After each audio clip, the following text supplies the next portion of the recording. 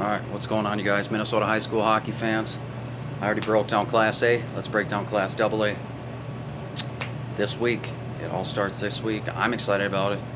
I know you're excited about it. So let's break it down. Let's cut right to the chase, not waste any more time. So my Class AA picks look a little something like this.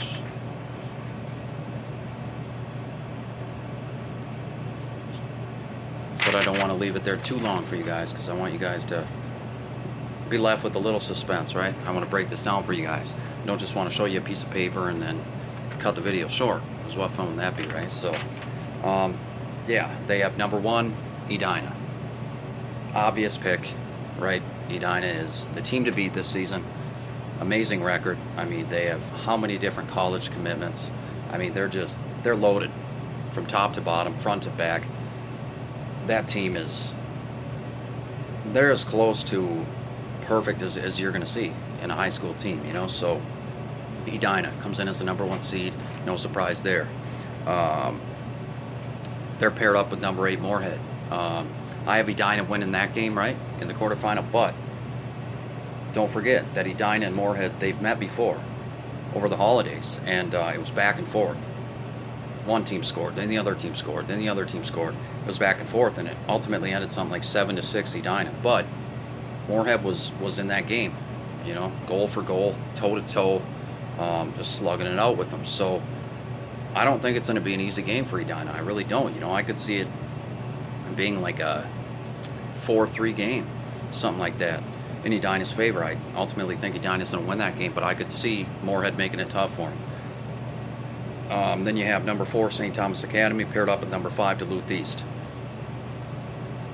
If it was any other team aside from Duluth East, I would pick St. Thomas Academy just because their record is unbelievable. It's almost flawless, you know, 21-3. I mean, they've been, man, you can't deny just how good St. Thomas Academy has been this season. But there's something about Duluth East. There's something about Mike Randolph. You know, the brains behind that operation up there on the North Shore. That guy is a genius when it comes to coaching. And he knows how to get the absolute most out of all of his players, and he knows how to perform when it counts, when it matters most. You know, maybe not every game, right? They fell to Minnetonka last year in the finals, but you can't deny the fact that that guy, Mike Randolph, knows how to get his boys up and ready and prepared for the moments that matter the most. So, you know, I'm going to go with Duluth East over St. Thomas Academy, but that's a game that, again, is probably going to be just like the Edina Moorhead game. I see both those games being something like 4-3, 5-4, 2-1, you know, something along those lines. I mean, maybe a 1-goal differential. Because St. Thomas Academy, I mean, man, you can't take anything away from that team. They're as good as it gets. But, you know, I just think there's something about Duluth East, and there's something about Mike Randolph that they're able to rise to the occasion. Like, take for example the section final. What is it? Section 7 AA.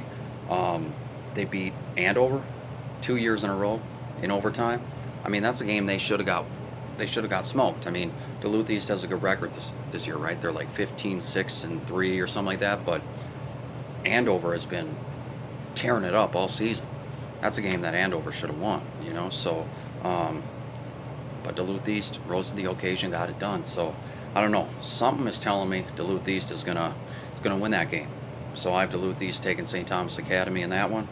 And then in the, let's see, the bottom half of the bracket of the quarters, you have number 3 Eden Prairie versus number 6 Lakeville South. I have number 3 Eden Prairie winning that game. But let me just throw it out there. I haven't been all that impressed with Eden Prairie. You know, they've been a little inconsistent this season. And then Lakeville South, they have a regular season record of what, 11-12. But again, like I mentioned in my other video, sometimes it isn't about what you do during the regular season. You know, when the lights are shining, brightest, if you can come out and perform in those times, then that's all that matters, right? You could have a team that's 0-25 going into the playoffs, but they win every game in the playoffs, make it to state. Who cares what the regular season record was, right? So, but I think that's a game Eden Prairie should be able to win over Lakeville South. And then the other game, number 2 Blaine versus number 7 White Bear Lake. White Bear Lake is good. They're respectable this season, but I think Blaine's just going to be too much. Blaine has really been in the top 5, for like at least a month now, and they have amazing records, over like 20 wins. They've just been doing phenomenal. So I got to go with Blaine over White Bear Lake. So how that shakes out for the semifinals, I have number 1 Edina facing number 5 Duluth East, and then number 3 Eden Prairie versus number 2 Blaine. As far as Edina and Duluth East go, I got to go with Edina. Like I mentioned before, Mike Randolph, he works wonders with those kids in Duluth, but I don't think it's going to be enough to beat Edina. I see Edina winning that one. Then number 3 Eden Prairie versus number 2 Blaine. Even though Eden Prairie edged out Blaine earlier in the season, like 7-6, I got to go with Blaine. Much more consistent, just much more. I don't know. There's just I have too many question marks surrounding Eden Prairie this season. Now I have a lot of confidence in Blaine, so I think Blaine gets it done there. And then ultimately, number 1 Edina versus number 2 Blaine in the final.